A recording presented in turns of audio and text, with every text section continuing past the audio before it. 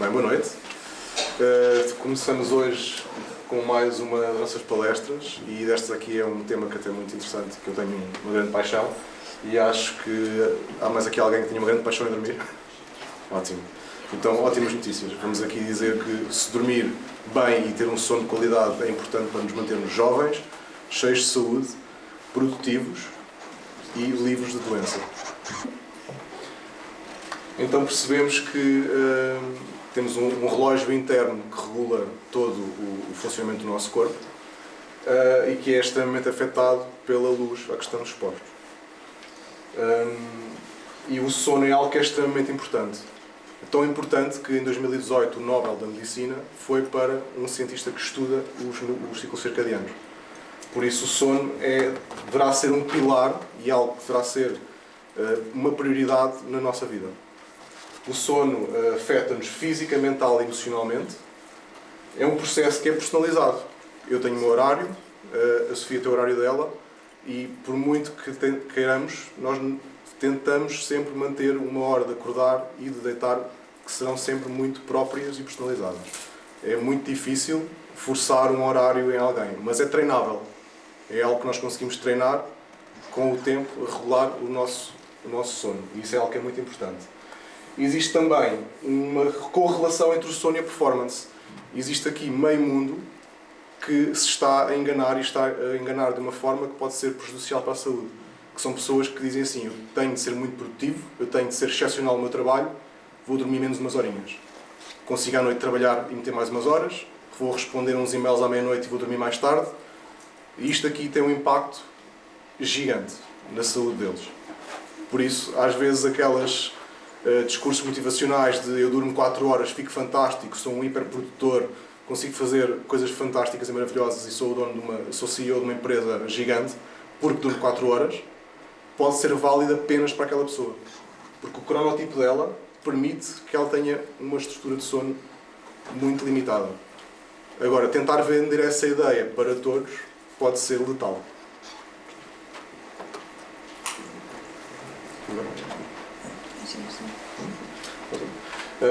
Durante o sono temos vários processos que nos afetam em vários níveis.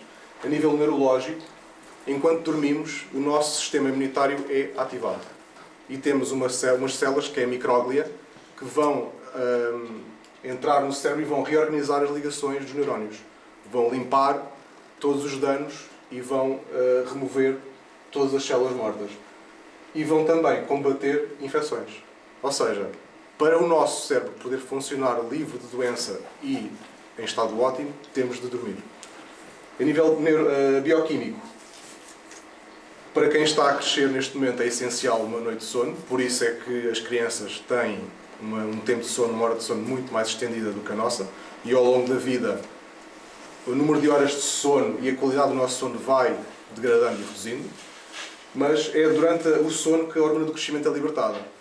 É importante para eles, mas é importante para nós, porque a hormona do sono a hormona do crescimento é importantíssima para a regeneração celular, para podermos continuar o nosso sistema a funcionar com qualidade. Aumenta também a síntese proteica e a produção de moléculas complexas. A nível fisiológico, então, o sono é a fase reparadora do nosso dia. É a altura em que o nosso corpo vai recuperar todos os danos que sofreu durante o dia e vai se preparar para a próxima fase do dia em que estaremos acordados. É a altura em que a divisão celular e a ativação do sistema imunitário é executada. A nível psicológico, o sono então é a fase de consolidação da memória. Nós durante o dia temos um monte de aprendizagens, um monte de experiências, e é durante o sono que o cérebro vai, apesar de ter poucos ganhos, ou seja, ele não vai adquirir nova informação, mas é a altura em que ele vai fixar essa informação no nosso cérebro. Ou seja, é a altura em que nós passamos a memória de curto prazo para longo prazo. A nível dos efeitos da privação do sono, há uma grande depressão do sistema imunitário, que eu já passo a explicar mais à frente com um esquema. 4 horas de sono, de uma noite de sono, basta uma noite para deprimir em 75%. Aumenta o risco do cancro coloretal, da diabetes tipo 2, da pressão arterial elevada Aqui houve um estudo feito em 1,6 bilhões de pessoas, em 70 países, 2 vezes por ano, em que a mudança de horário para menos 1 hora na primavera aumentou em 24% os ataques cardíacos e com o aumento de 1 hora no outono diminuiu em 21%. Apenas aqui uma diferença de 1 hora. Aumenta o risco de doença cardíaca em 48%. O peso também há uma correlação com a obesidade, porque a privação do sono aumenta os níveis da hormona grelina, que é responsável pelo apetite, e também uma redução da hormona leptina, que é responsável pela sensação de saciedade. Aumenta os riscos de obesidade em 50% com períodos de sono inferiores a 5 horas e há uma maior tendência para más escolhas alimentares. Para além disto, todo o nosso tecido genético fica comprometido. Um estudo feito numa semana, com um período de 6 horas por dia, houve uma destabilização em 711 genes. Aqui, pronto, normalmente aqui a escala está a 750, mas eles fizeram um estudo, a outra imagem mostrava que 711 genes ficaram comprometidos, a sua atividade, em que ficaram diminuídos os genes responsáveis pela função imune, portanto houve uma redução da sua atividade e um aumento da atividade dos genes responsáveis pela promoção de tumor, inflamação e doença cardiovascular.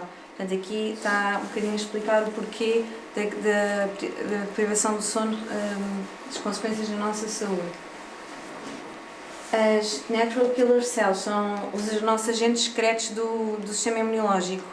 São aquelas células que vão combater agentes perigosos de infecção, patogénicos, de possíveis cancros. Portanto, são aquelas células que aparecem como estranhas e possivelmente cancerígenas. Estas células vão matá-las. Portanto, o que nós queremos é ter uma grande quantidade destas células bem ativas para o nosso sistema imunológico poder estar fortalecido. Desculpa. Eles verificaram que basta uma noite com 4 horas de sono, houve uma redução de 70% nestas células. Portanto, o risco nesse dia uma célula cancerígena não ter sido detectada e não ter sido morta por estas células pode ter aumentado a propensão para um cancro, um possível cancro. Podes passar. A nível do cérebro, aumenta o risco de demência em 33%, o envelhecimento do cérebro em 3 a 5 anos, a capacidade de reação reduzida em 33%, redução da capacidade cognitiva em 30% e aumenta o risco para depressão, ansiedade e irritabilidade. Aqui, estratégias para melhorar a qualidade do sono. Evitar substâncias estimulantes como a cafeína, o álcool, a nicotina, o próprio açúcar também. Transformar o quarto num ambiente conducente para o sono. O que é que isto significa? Ter uma temperatura mais ou menos a rondar os 18 graus centígrados. No nosso quarto não termos aparelhos, computadores, televisão, portanto, aparelhos que transmitem radiações, a luz, portanto, as luzes UV que também afetam o nosso sono, ter um isolamento não, mas ter, portanto, uma privação da luz bastante bem feita para que nós também não sejamos afetados por isso. Estabelecer uma rotina calmante pré-sono, portanto, não vir secar de um treino e logo dormir, ou não estar a fazer uma atividade muito ativa, excitante antes de ir para a cama, ir dormir quando verdadeiramente cansado, usar a luz para regular o ciclo circadiano, portanto, ir dormir quando já não há luz e acordar quando a luz começa. Por exemplo, de manhã, para ganharem energia e para reiniciar este ciclo, é bom, por exemplo, passar pelo menos 15 minutos com luz solar direta. Isto é o suficiente para estimular todas as hormonas que vai reiniciar e dizer que o corpo está acordado e a partir daí vai arrancar. Esta é das mais importantes. Manter horários de deitar e acordar consistentes. O deitar e o acordar à mesma hora é mesmo muito importante. E isto manter também para os fins de semana. Jantar deve ser uma refeição ligeira, evitar a luz dos ecrãs, telemóveis, tablets, etc. aqui está uma imagem do nosso ciclo circadiano. Começando por aqui pelas 6 da manhã, portanto, a libertação de melatonina para. Aqui o que o João estava a dizer, é importante logo ao início do dia ter uns 15 minutos mais ou menos de contacto com a luz solar para o nosso corpo ter informação de que o dia começou e poder fazer a produção hormonal para começar o dia. Mais ou menos neste período das 9 ao meio-dia é quando estamos no maior estado de alerta. A seguir temos, à tarde, temos a altura melhor para fazer atividade física, onde temos a maior coordenação, o maior tempo de reação. Mais ou menos às 5 da tarde devemos limitar por completo o consumo de cafeína. E a partir das 6, portanto, diminuir o nosso contacto com luzes artificiais. O uso de tecnologias também. E a partir das 10 da noite começa a libertação de melatonina e começam-se a desencadear os ciclos de sono, o sono restaurador, o sono profundo e o REM, o sono reverse Rapid Eye Movement. E pronto, é mais ou menos assim um resumo do ciclo circadiano. Pronto, e agora temos o nosso convidado Pedro, que trabalha na saúde escolar, que tem se versado há muitos anos sobre a saúde, sobre a otimização dos fatores fisiológicos para otimizar a saúde humana e que nos vai também aqui estar disponível para qualquer dúvida. Pronto, ok, então falta aqui. Pronto, é isso. O meu nome é Pedro Escudeiro, eu estou ligado a um projeto que tem a ver com fisiologia humana e apesar de nós por lá sermos osteopatas e fisioterapeutas, a verdade é que nos últimos anos o tipo de queixas que começámos a ter, seja em que idade for, bebezinhos a adultos, terceira, quarta idade, o tipo de ferramentas que nós temos, que é a terapia manual, não são suficientes para resolver essas situações. E então tivemos que mergulhar muito mais profundamente na fisiologia, porque as coisas estão interligadas e basicamente nós precisamos de alargar o leque de ferramentas que podíamos oferecer às pessoas.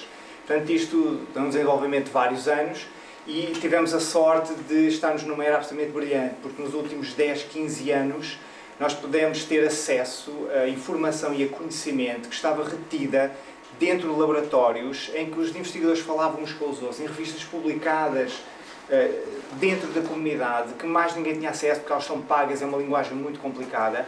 E hoje em dia temos estes investigadores a condensar informação, a apresentá-la ao público, a fazer livros para o público em geral e, portanto, nós temos essa oportunidade e aproveitámos-la e estamos a utilizar isso ao máximo.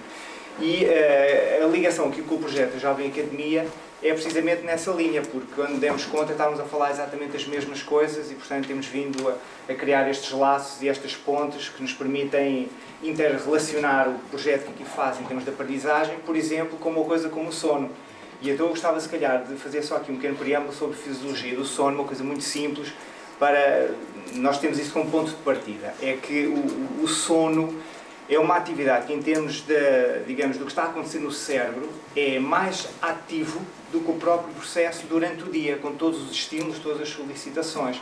Porque quando nós dormimos, está um mundo a acontecer que tem um princípio e um fim, ou seja, um conjunto de sequências, de mecanismos que estão a decorrer, que não se, aliás, repetem-se de certa maneira, mas sempre com uma modalidade nova. E então estes ciclos que vão decorrendo ao longo da noite devem ser feitos na sua totalidade, porque retirar no início ou retirar no fim significa que não se completou o processo. E então, esse processo contínuo, em cada pessoa tem ligeiras diferenças. Uns podem começar um bocadinho mais cedo, outros um bocadinho mais tarde, uns precisarem um bocadinho mais tempo, outros menos. Uns dias é necessário mais tempo de sono, outros dias menos. E esse processo é um processo que muda ao longo da vida, em que em bebés nós temos um certo tipo de ritmo, ele vai-se alterando e quando chega, por exemplo, à vossa idade, na pré-adolescência e na adolescência, ele é completamente diferente. E aqui entra, quanto a mim, um dos grandes estigmas da sociedade relativamente aos adolescentes, que é o seguinte, é que o adolescente tem, por natureza própria da sua biologia, não só mais necessidade de dormir longas horas, como o seu ritmo circadiano. O ritmo circadiano é o conjunto de processos biológicos que estão a decorrer dentro do nosso corpo num ciclo de 24 horas. O que isso quer dizer é que as células têm um momento de início e um momento de paragem. E isto é um relógio que está a funcionar. A temperatura sobe a certas horas, baixa a certas horas. E todas estas coisas que acontecem em milhares de tecidos e de estruturas dentro do nosso organismo, ocorrem quer a gente queira, quer não, estão sempre a acontecer. E o ritmo circadiano foi estudado para perceber estes fenómenos.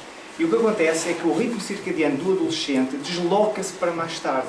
Não há volta a dar. Tentar enfiar um adolescente às 8 horas da noite é impossível. Mas a necessidade de sono deles continua a ser enorme. Então o que é que acontece? E começam os choques e as dificuldades para quem respeita o sono de ter uma boa qualidade de sono. É como eles começam a dormir mais tarde e são obrigados a acordar cedo, interrompendo o seu ciclo de sono, começam a ter os problemas da privação. E os problemas da privação, embora aqui não tenha sido focado, porque esta é uma posição brilhante, porque condensa tudo aquilo que é relevante. Mas gera doenças. Quando a gente diz assim, o sistema imunitário fica deprimido. O sistema imunitário é a nossa proteção. A pessoa tem mais infecções, a pessoa tem mais facilidade em gerar perturbações digestivas, a pessoa tem mais facilidade, por exemplo, em, tendo uma condição clínica já pré-existente, ela ser agravada. Portanto, quando a gente cronicamente priva um adolescente por causa dos horários, que não são só os da escola, também são os dos pais que têm que ir trabalhar, isso é uma questão da sociedade, mas os privamos de fazer o seu ciclo total de sono, isso tem um preço altíssimo. Há um projeto nos Estados Unidos que nasceu de dentro da comunidade que estuda o sono, que tentam levar as escolas a começarem 1 hora mais tarde. Eles começam às 7h30, também tem a ver com a zona dos Estados Unidos, em que tudo começa mais cedo. Mas o que acontece é que eles alteraram 1 hora apenas o início das aulas de manhã. E tiveram melhorias nos resultados de um exame, equivalente ao nosso exame nacional, de 70%. Isso é a diferença entre o aluno chumbar ou o aluno passar. É a diferença entre o aluno poder candidatar-se a uma universidade de topo ou ter que ficar por uma instituição com menos qualidade. É a diferença entre a pessoa poder seguir um rumo na sua carreira ou ter que escolher outro porque não teve notas para entrar. Portanto, é uma coisa extremamente relevante. Mas outro critério que tem sido utilizado para convencer as escolas a fazer esta simples mudança foi a redução drástica da principal causa de morte que há nos adolescentes, que são os acidentes rodoviários. Os acidentes, especialmente de moto. Porquê? Porque muitos deles deslocam-se desse meio de transporte. Os transportes públicos acabam por não ser suficientes para levar aquela malta toda para a escola, então usam muitos das suas motinhas. E foi drástica a redução de acidentes e de mortes causadas por estes acidentes. Portanto, são 2 critérios que estão a ser utilizados para tentar convencer as instituições e que tudo comece um pouco mais tarde. E é só 1 hora de diferença. Curiosamente, os alunos que têm horários à tarde, portanto, podem dormir de manhã, não tiveram uma grande alteração, porque é-lhes permitido dormir o ciclo inteiro. Portanto, em termos de aprendizagem, este impacto é extremamente relevante. Como é também saber utilizar o sono como uma estratégia para ter vantagem naquilo que se está a estudar. Porquê? Como disseram aqui muito bem o João e a Sofia, é que nós podemos ter acesso à informação, mas retê-la, nós estamos nas aulas e ouvimos as pessoas a falar, com mais ou menos concentração, e a concentração também tem a ver com o sono. Mas nós conseguimos ouvir a informação, mas ficar lá, e todos nós tivemos essa experiência, e temos essa experiência diariamente, há pessoas que ouvem uma vez e retêm, e há pessoas que precisam de várias vezes até aquilo ficar. Mas, na verdade, esta retenção está totalmente dependente do sono. E, curiosamente, está dependente de ter-se dormido antes e está dependente de dormir-se a seguir. A pessoa, por exemplo, ter acesso à informação e ter a hipótese de fazer uma pequena siesta é absolutamente decisivo para essa informação lá ficar. E não é só o poder ter estas informações novas, é também conseguir ir buscar as que já lá tinha. Portanto, o acesso àquilo que nós vamos guardando em nós está dependente do sono. E há outros aspectos, por exemplo, em termos da saúde, e agora se calhar fazemos a ligação com com as estratégias. Não é? Considerava que era importante dormir. E, portanto, deixamos pelo menos 7, 8 horas, estamos a falar do adulto, o adolescente precisa de mais, mas estamos a falar de um adulto 7, 8 horas. Se nós permitirmos neste tempo todo, estas 8 horas, para poder estar na cama e poder usufruir do sono, e não se consegue, então, ok, vamos falar de estratégias, como é que a gente pode melhorar isto. E há uma série de coisas que também estão dependentes da privação de sono. Uma delas é que, quando nós temos privação de sono, e não é uma coisa que a gente sinta obrigatoriamente, ou seja, nós podemos ter a diminuição da qualidade e da quantidade de sono sem nos apercebermos que isso está a acontecer. Esse é um dos problemas. Mas, se nós dormirmos menos, uma das coisas que vai acontecer é que o nosso corpo fica muito mais sensível a certos alimentos.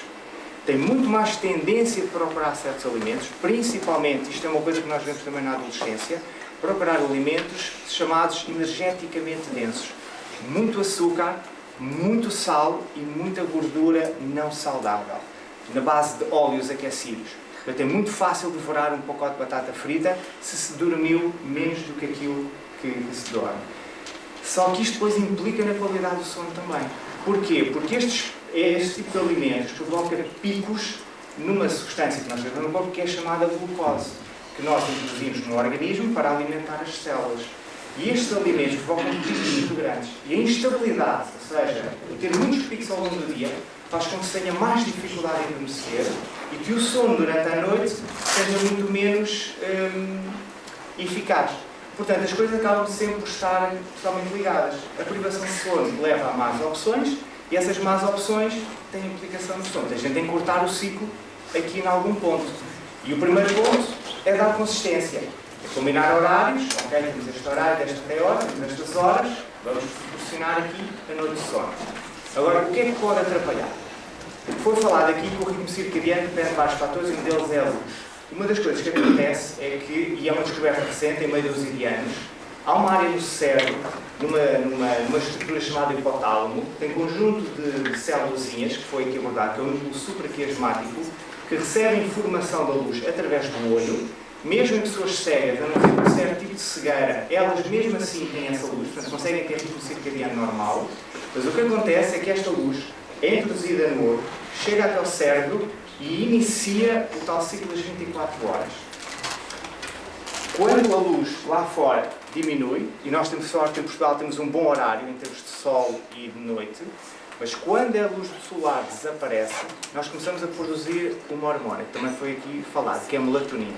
A melatonina é como se fosse o tiro de partida para iniciar o processo de sono. Só que o que é que nós fazemos?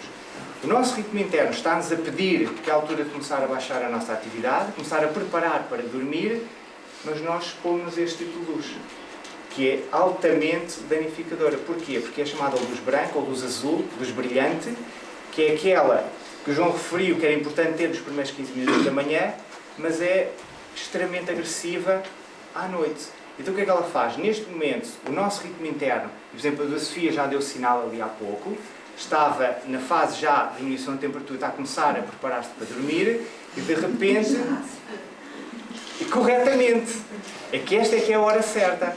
É que ela, a melatonina começa a produzir a partir das 6, 7 horas, quando diminui a luz solar. A minha às 5, não é? Certo?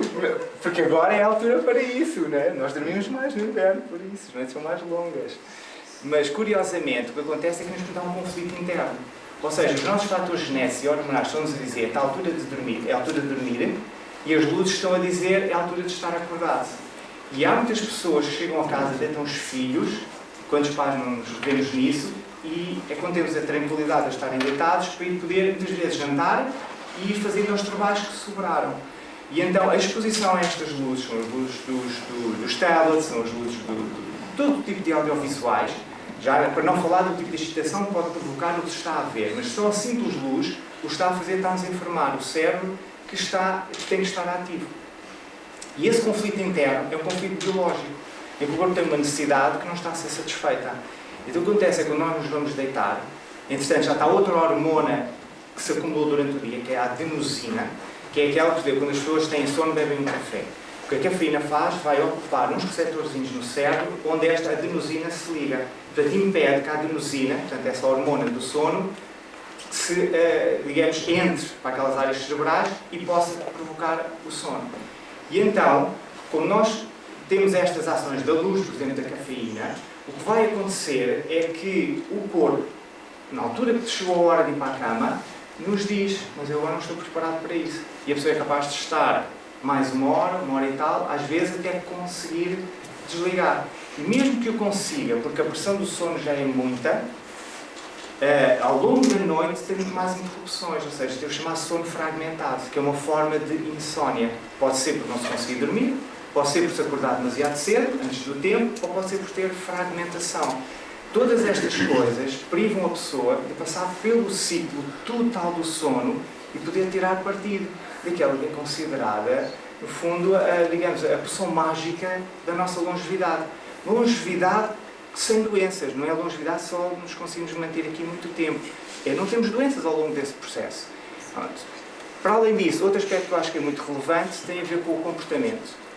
Isto é uma coisa que eu tenho sentido há algum tempo para cá, é que cada vez tenho mais dificuldade em olhar para crianças e adolescentes e ouvir os comentários sobre a falta de educação.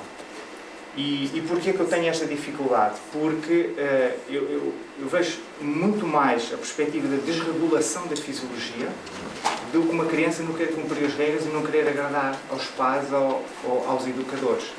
É que a estabilidade emocional, quando nós dormimos menos do que aquilo que precisamos, uma das coisas que acontece é que o nosso cérebro fica hiperativo, fica hiperreativo, qualquer coisinha imediatamente reage, num sentido ou no outro. Portanto, é muito mais fácil ter crises de impaciência, ou de intolerância, ou de repente rir desalmadamente, enfim, fica-se muito mais instável e isso faz com que seja mais difícil lidar.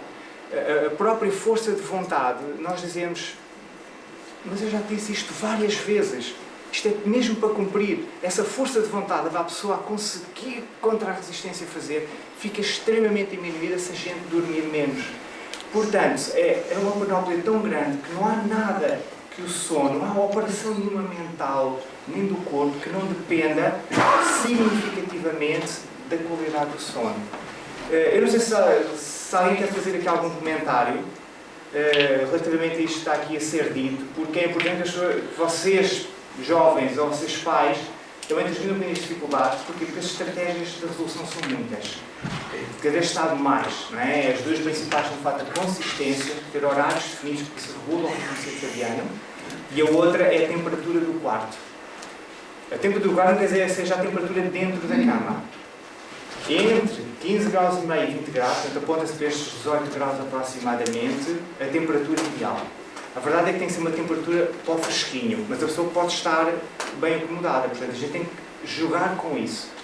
Eu não sei se mais os pais vão se recordarão que às vezes chegarem à cama das crianças pequeninas, se calhar destas idades, estarem todos suados.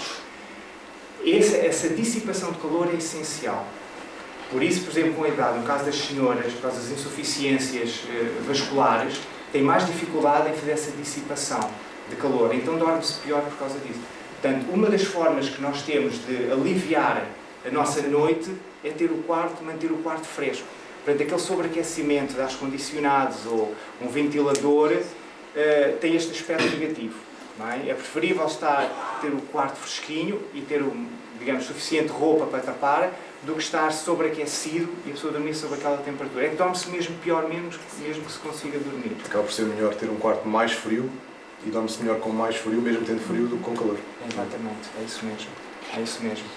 Há uma estratégia boa para isto também, é que se nós conseguimos manter a nossa temperatura nuclear, portanto, do corpo, do tronco, à temperatura ideal, podemos deixar as pernas e os braços como os arrefecedores, ou seja, como as áreas para dissipar esse calor. Portanto, é preferível o corpo estar bem agasalhado, menos com um pijama ou qualquer coisa bastante tapado, mas deixar, por exemplo, no caso das pernas e dos braços, um pouco mais de liberdade para dissipar esse calor. É, por exemplo, uma das estratégias. Outra estratégia, por exemplo, no caso da luz, pelo menos 2 horas, idealmente, cortar completamente com este tipo de luz. Que seja luz suficiente para a gente conseguir ler, uma luz amarela, essencialmente amarela ou vermelha, porque está do espectro da luz visível do lado oposto da chamada luz azul brilhante, e nós podermos, enfim, utilizar essa redução de luz. Portanto, no fundo é luz ténue em casa. Só isso já prepara, já não rompe completamente com a nossa necessidade de fazer baixar o ritmo. Portanto, o sono é tão importante que vale a pena fazer um investimento muito grande ao longo do dia em todas estas pequeninas coisas. Porque são pequeninas que acumuladas têm um efeito muito, muito poderoso. E ter a hipótese de tirar, nem que sejam 10 minutos, 15 minutos, para fazer uma respiração tranquilizante, ou simplesmente tentar estar atento às sensações físicas do corpo, pode ser o suficiente para lançar uma noite. Eu acho que sim.